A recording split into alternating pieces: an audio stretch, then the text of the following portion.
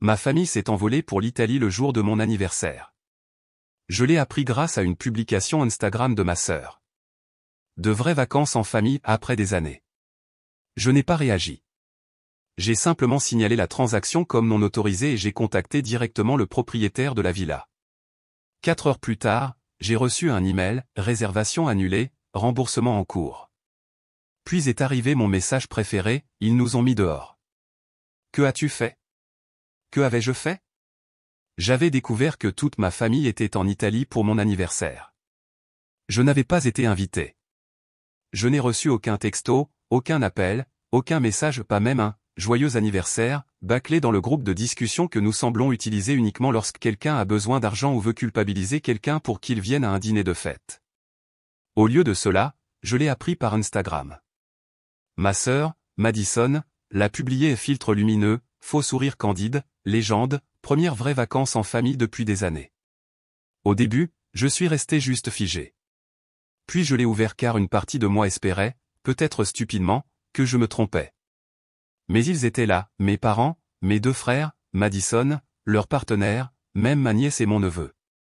9 d'entre eux, alignés à l'aéroport de Rome dans les chemises de lin et les pantalons blancs que j'avais choisis, ceux que j'avais commandés pour eux, les tenues dont ils s'étaient tous moqués il y a quelques semaines lorsque j'ai partagé le catalogue pour mon voyage d'anniversaire. J'avais planifié ce voyage. J'avais choisi la villa, réservé la visite des vignobles, réservé le chef, établi l'itinéraire, et l'avais envoyé en PDF. C'était censé être une petite chose détendue. Je voulais réunir tout le monde. Je n'avais pas demandé grand-chose, seulement 3 jours. Ils ont tous refusé, trop occupés, ne pouvaient pas prendre de congé, vol trop cher, peut-être l'année prochaine. Mais ils y sont quand même allés. Même villa, même date, même projet. Et le pire? Ils ont utilisé mon argent pour le faire. J'ai vérifié mon compte bancaire, et ça m'a frappé, ils avaient utilisé la carte de secours que j'avais liée à notre compte Amazon partagé en décembre dernier, lorsque j'avais remboursé les frais de scolarité d'hiver de Madison parce que mes parents attendaient un chèque. Je n'avais jamais délié la carte. Ils l'ont utilisé pas un peu, tout, vol, hébergement, location de voiture. Mon nom figurait sur le reçu. Je n'ai pas pleuré. Je ne me suis même pas fâché. J'avais l'impression de sortir de mon propre corps. Je suis allé sur l'application de ma banque, j'ai signalé tous les frais comme frauduleux. Puis j'ai envoyé un email directement à la villa, leur ai raconté toute l'histoire, les reçus, les captures d'écran de mon itinéraire initial. Je leur ai dit que la réservation avait été effectuée avec des informations volées. 4 heures plus tard, j'ai reçu l'email, réservation annulée, remboursement en cours. 1 heure après, mon téléphone s'est allumé avec un message de Madison, ils nous ont mis dehors. Que as-tu fait? Je n'ai pas répondu.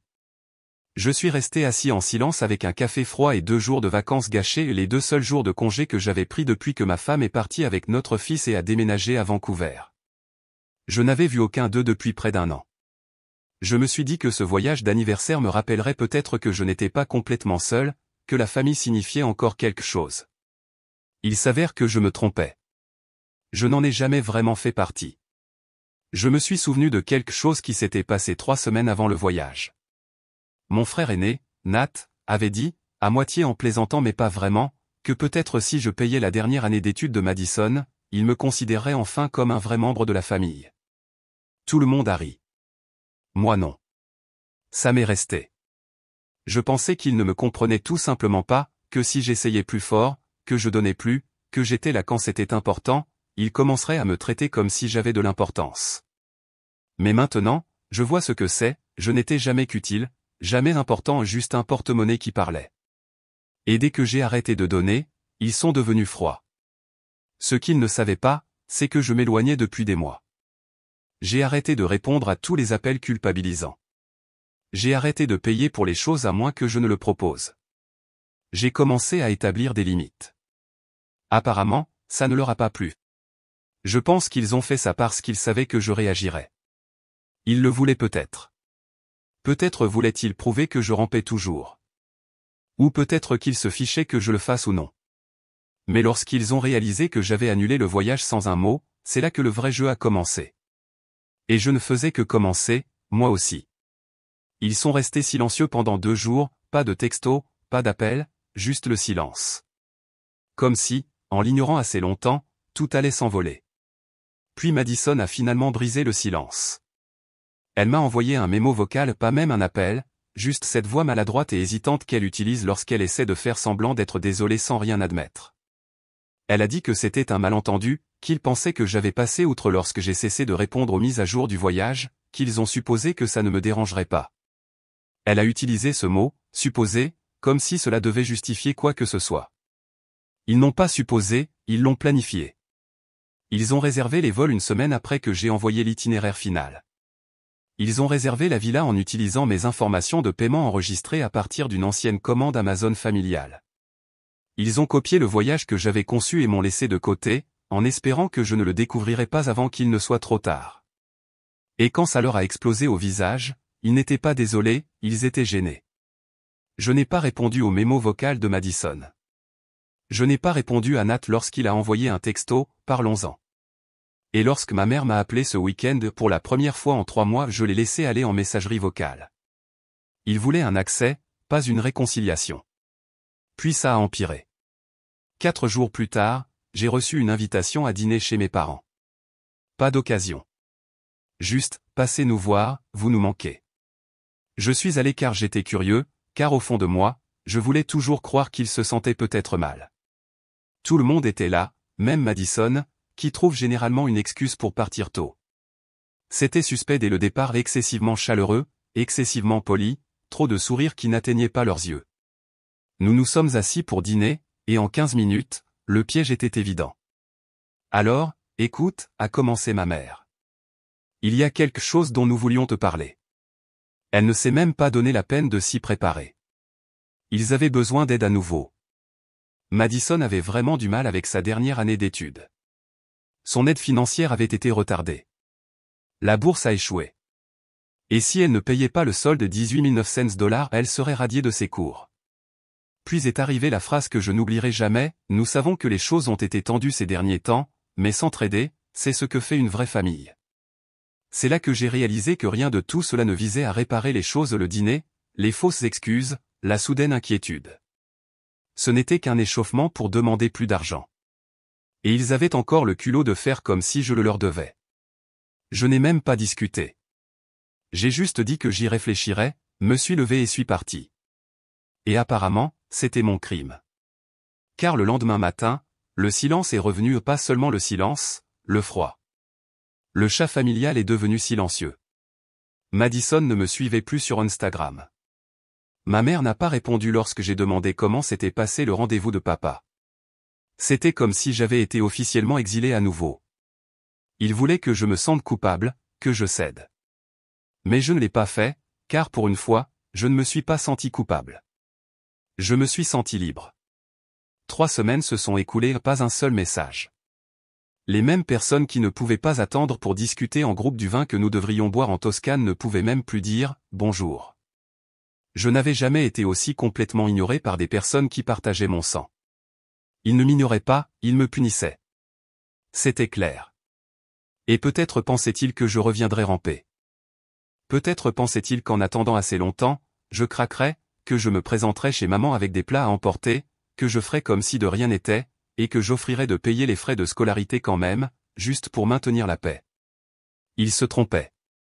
Au lieu de cela, j'ai envoyé un message dans le groupe familial, « Salut, j'ai besoin des 18 900 $ en retour.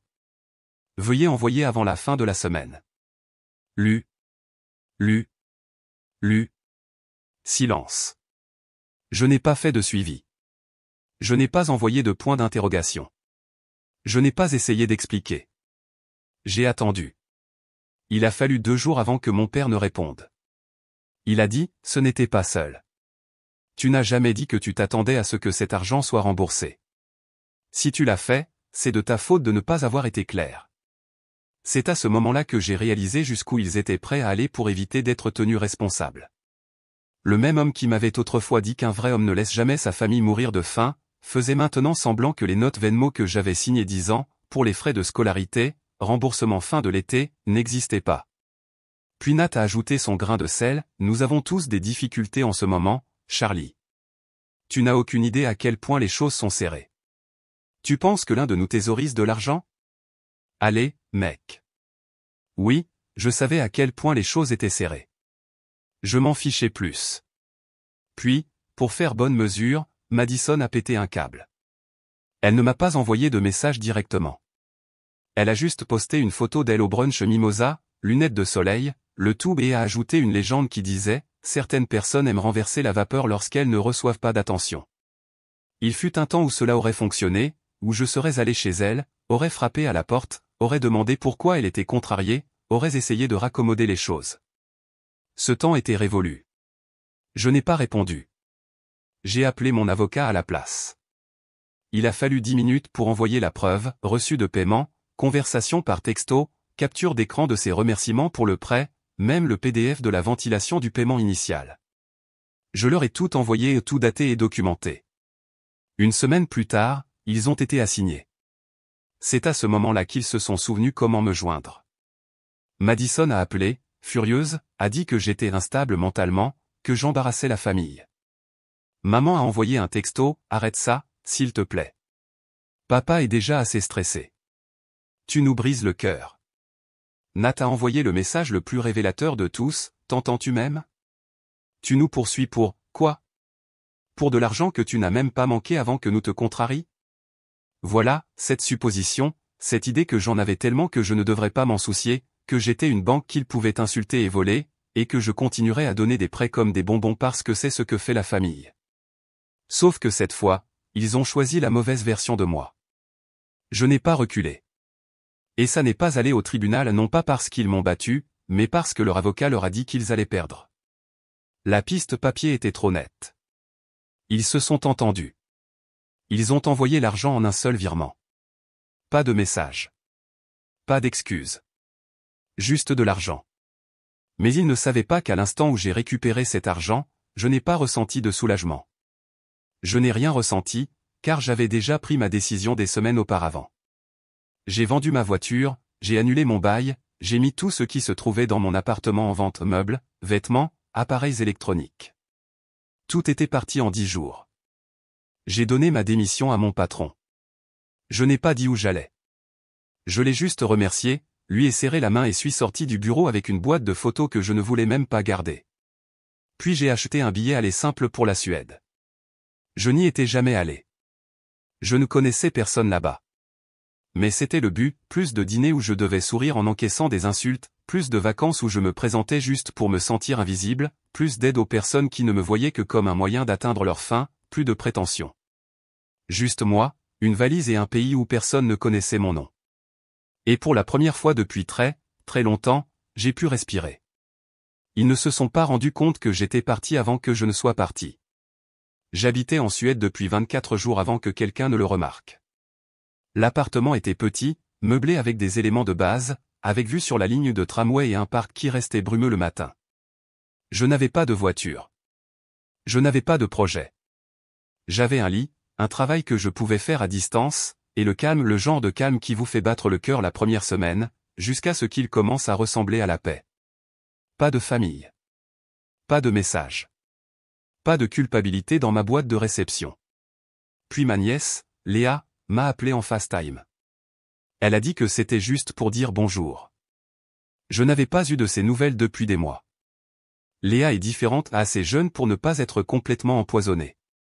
Je ne lui fais pas entièrement confiance, elle est toujours la fille de ma sœur, mais elle est intelligente, plus sage que les autres, et cette fois, trop curieuse pour son propre bien.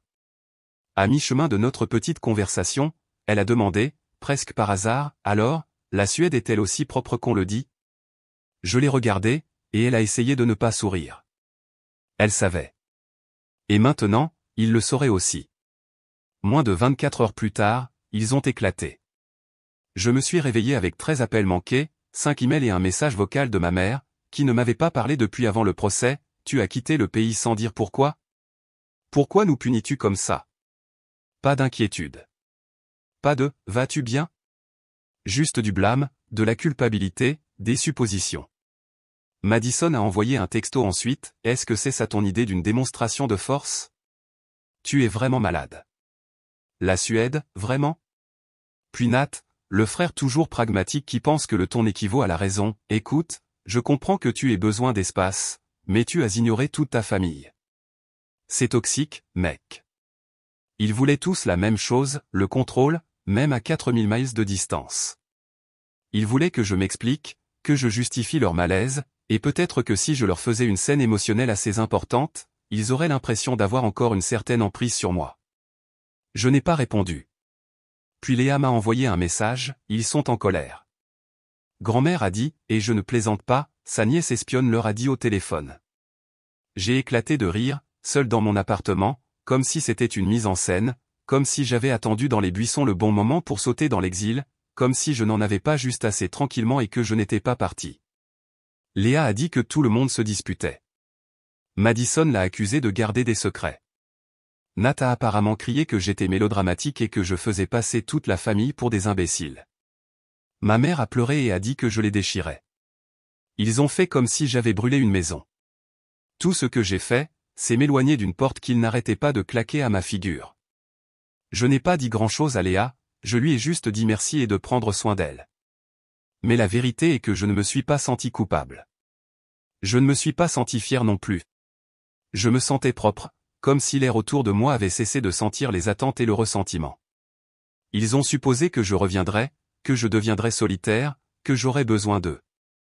Mais j'étais seul dans un nouveau pays, en train de reconstruire ma vie à partir de zéro, et pour la première fois depuis des années, personne ne me demandait rien. Pas de faux dîner de famille. Pas de voyage culpabilisant d'anniversaire. Pas de faveur de frais de scolarité de 18 900 $. Pas d'excuses manipulatrices. Pas de traitement silencieux lorsque j'ai cessé d'être utile. Juste moi. Et un silence qui ne ressemblait pas à un rejet, il ressemblait à la guérison. Et ce qu'il ne savait toujours pas, ce qu'aucun d'eux n'aurait pu deviner, c'est que je n'étais pas seulement parti, je recommençais enfin pour de vrai. Et je n'avais pas encore fini. Cela faisait environ 2 mois que j'avais quitté le pays. À ce moment-là, je m'étais habitué au rythme de ma nouvelle vie, les matins calmes, la langue inconnue dans les cafés, le fait que personne ici n'attendait rien de moi. Je ne connaissais toujours pas beaucoup de monde en Suède, mais ça allait. La solitude ne vous fait pas peur lorsque vous avez passé des années entouré de personnes qui ne vous voient que lorsqu'elles ont besoin de quelque chose. Je n'avais pas l'intention de revenir ni pour une visite, ni pour des vacances, ni même pour une conclusion. Puis ça a recommencé. Ça a commencé petit, le nom de ma mère apparaissait sur mon téléphone pour la première fois depuis des semaines. Un texto, nous avons beaucoup parlé de toi ces derniers temps. Nous voulons juste savoir que tu vas bien. Pas de culpabilité. Pas de demande. Pas d'exigence. C'était presque humain, le genre de message que vous attendez d'une mère normale. Sauf que j'avais appris le schéma maintenant. Ce premier texto n'est que l'appât. Je n'ai pas répondu. 3 jours plus tard, Madison a essayé un appel vidéo. Refusé. Le lendemain matin, Nat a envoyé un texto, « Écoute, mec, on sait qu'on a merdé. On peut parler comme des adultes pour une fois. Pour une fois. » Comme si j'étais celui qui n'avait pas été un adulte pendant tout ce temps. Je n'ai toujours rien dit. Une semaine s'est écoulée. Puis est arrivé le gros coup, un email soigneusement rédigé de Madison. C'était long, réfléchi, rédigé comme des excuses de relations publiques. Elle a dit qu'elle avait beaucoup réfléchi, qu'elle s'était rendue compte à quel point elle m'avait pris pour acquis, qu'elle comprenait maintenant ce que j'avais dû ressentir. Elle a même admis que le voyage en Italie était une énorme erreur. Elle a dit tout ce qu'il fallait dire, tu n'es pas qu'un porte-monnaie. Tu nous manques. Je sais qu'on ne mérite pas une seconde chance, mais j'espère qu'on en aura une. Je l'ai lu 2 fois. C'était intelligent, trop intelligent. Je l'avais déjà vu utiliser ce genre de ton, avec les propriétaires, avec les professeurs à empathie stratégique. Vous écrivez juste assez de vulnérabilité pour faire culpabiliser l'autre personne. Mais j'ai attendu. Je savais ce qui allait arriver. 10 jours plus tard, c'est arrivé, un autre email de Madison, plus court, moins d'émotion. Elle a dit que les choses étaient devenues tendues à nouveau, qu'il y avait une urgence imprévue avec sa voiture, un problème de travail. Elle a dit qu'elle détestait même demander, mais qu'elle se demandait s'il y avait un moyen de l'aider, juste une chose à court terme, environ 18 900 $. Elle a utilisé ce nombre comme s'il ne résonnait plus dans ma tête. Puis est arrivé le texto de suivi 2 jours plus tard lorsque je n'ai pas répondu, « Salut, je me demandais si tu avais vu mon message. » Nous sommes tous un peu stressés en ce moment. N'importe quoi aiderait. Puis Nat a appelé. Je n'ai pas décroché. Il a laissé un message vocal qui commençait par de l'inquiétude et se terminait par la phrase qui révélait toujours leur véritable pensée, ce n'est pas seulement une question d'argent, Charlie. C'est une question de savoir si tu fais vraiment partie de cette famille ou non. C'est à ce moment-là que j'ai su avec certitude, rien n'avait changé. Les excuses, la tentative de contact, l'inquiétude, il ne cherchait pas à me joindre, il cherchait ce que je pouvais donner. Dès que je le donnerais, tout redeviendrait normal, le silence, les attentes, la façon dont je payais toujours et dont ils oubliaient toujours. Alors j'ai fait quelque chose qu'ils ne s'attendaient pas. J'ai transféré tous les messages à mon avocat et je lui ai demandé de les conserver au cas où. Il a répondu par une courte note, vous ne leur devez rien. Aucune réponse n'est nécessaire. Mais j'en ai quand même envoyé une seule. J'ai répondu au dernier email de Madison en 3 mots, ne me contactez plus. Puis j'ai bloqué tous leurs numéros, tous leurs emails, j'ai fermé ma partie du chat familial, je me suis retiré du compte Amazon partagé. Il m'a fallu moins de 30 minutes pour rompre les liens numériques qu'ils avaient utilisés pour accéder à mes poches pendant des années. Je ne l'ai pas fait avec colère, même pas avec satisfaction. Je m'en fichais plus. Ils avaient toujours attendu le moment où je reviendrais ramper. Ils n'avaient jamais envisagé à quoi cela ressemblerait si je ne le faisais pas, si je continuais à marcher, si je le pensais vraiment. Ils pensaient que leur amour était quelque chose que je poursuivrais toujours, quoi qu'il m'en coûte. Il s'avère qu'ils se trompaient. 3 mois en Suède, quelque chose a changé. Ce n'était pas bruyant. Cela n'est pas arrivé avec des feux d'artifice ou un sentiment soudain de clôture. C'était juste une lente prise de conscience que je n'avais pas pensé à eux depuis des jours, peut-être une semaine. Ils n'étaient plus dans ma tête, rampant au fond de mon esprit comme ils le faisaient auparavant. Le poids était parti tout simplement. J'avais construit quelque chose ici, le petit, oui, mais le mien. Un type du coin nommé Jens m'avait proposé de me faire visiter les environs lorsque j'avais demandé mon chemin un matin. Maintenant, nous prenons un café tous les dimanches. Il m'a présenté quelques autres personnes, des gens qui ne posaient pas de questions comme « Alors, qu'est-il arrivé à ta famille ?» Juste « Quel genre de musique aimes-tu » et « Tu veux venir faire du patin sur le lac ce week-end » Personne ne connaissait mon passé ici. Personne ne s'en souciait. Je n'étais pas un guichet automatique ambulant. J'étais juste Charlie.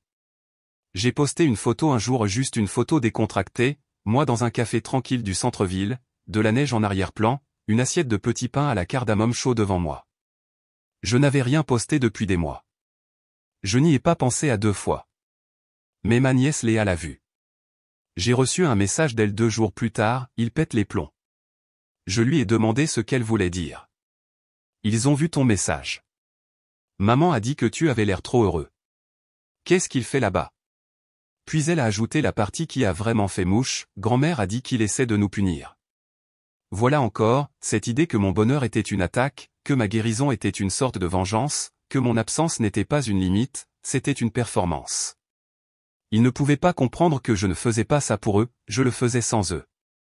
Et apparemment, ça brûlait plus que tout ce que j'avais jamais dit ou fait, que je pouvais exister, sourire, vivre sans leur permission, sans leur accès, que j'étais là à construire quelque chose de mieux, et qu'ils n'y avaient aucune part. Ils étaient jaloux, furieux, impuissants, et ça les terrifiait. Léa m'a dit qu'ils ont commencé à dire des choses comme « il reviendra un jour ». Cette phase ne durera pas, elle a dit que Madison était en colère de ne plus pouvoir me traquer correctement. Et Nat a dit que j'étais instable mentalement. Ma mère prie toujours pour que je revienne à la raison. Mais je pense qu'ils savent tous au fond que c'est ça, que ce n'est pas une crise de colère, c'est une rupture nette. Je ne suis pas en colère. Je ne suis pas vengeur. Je ne suis même pas froid. Je suis juste libre. Je n'ai pas besoin de faire une annonce spectaculaire. Je n'ai pas besoin de bloquer Léa ou de laisser un message leur disant de rester à l'écart. Ils ont déjà perdu leur accès. Car la vérité est que la vengeance finale n'était pas de les couper, c'était de construire une vie où ils ne font même plus partie de l'histoire. Et ils continueront à regarder par l'intermédiaire de Léa, par n'importe quel compte que j'oublie de bloquer, par leur propre obsession pour une version de moi qu'ils ne peuvent plus manipuler. Ils regarderont, et ils détesteront ça, et ils parleront de la façon dont j'ai changé. Et je continuerai à avancer, car pour une fois, je ne regarde pas en arrière. La mise à jour, je n'avais eu de nouvelles d'aucun d'eux depuis des mois, pas depuis que je les ai bloqués, pas depuis que Léa m'a tranquillement dit qu'ils regardaient toujours. Le silence était enfin devenu normal. Je ne m'attendais pas à ce que ça dure éternellement, mais j'avais commencé à croire qu'ils avaient enfin fini d'essayer de resserrer la laisse. Et puis, juste après Halloween, c'est arrivé, un email d'une toute nouvelle adresse. L'objet, Noël 2024, faisons en quelque chose de spécial. J'ai failli le supprimer sans le lire. C'était de ma mère. Elle a dit que la famille avait parlé, que les choses se sentaient vides sans moi, que Noël serait différent cette année. Madison prévoyait de visiter la Suède pour les fêtes, et Nat avait même plaisanté en disant qu'il viendrait si je promets de cuisiner. Elle a écrit qu'il pensait que ce serait parfait, nous ensemble, un nouveau départ, Noël en Europe. Elle a terminé par « Réfléchis Y. Tu nous manques. Il est temps. » Pendant une seconde, je suis resté juste figé devant l'écran. Ils voulaient venir me voir. Ils étaient prêts à traverser un océan. Cela aurait dû signifier quelque chose, mais tout ce que j'ai ressenti, c'est ce froid lent et familier. J'ai pensé à tous les Noëls que j'avais payés, ceux où je me présentais avec des cadeaux et repartais avec rien d'autre que de la culpabilité et du silence. J'ai pensé à l'anniversaire qu'ils m'avaient volé, à l'argent des frais de scolarité qu'ils ont fait semblant d'être un cadeau, aux fausses excuses, à la façon dont ils se souvenaient que j'existais seulement lorsqu'ils voulaient accéder à quelque chose. Je me suis souvenu du procès, des mensonges, de la manipulation, de la façon dont ils ont essayé de réintégrer ma vie non pas pour réparer les choses, mais pour voir si je pouvais encore être utilisé. Et maintenant, ils voulaient Noël ? Ils voulaient des guirlandes lumineuses et des petits pains à la cannelle et des deuxièmes chances dans un pays qui ne les intéressait pas avant que je ne m'y installe. Ils ne me voulaient pas, ils voulaient la version de moi dont ils pourraient profiter. Alors j'ai fermé l'email, je suis resté assis avec pendant une journée, puis j'ai répondu. J'ai écrit, je ne vous rejoindrai pas. Veuillez ne plus me contacter. Pas d'explication. Pas de porte ouverte. Pas de neuf festif. Juste la vérité. Ils n'ont pas répondu. Pas encore. Peut-être le feront-ils. Peut-être se présenteront-ils quand même, pensant que les visites surprises signifient l'amour. Mais s'ils le font, ils n'auront pas les retrouvailles qu'ils imaginent, car j'ai déjà eu mon miracle de Noël. J'ai déjà la paix. J'en ai déjà assez. Et je ne vais pas y renoncer à nouveau.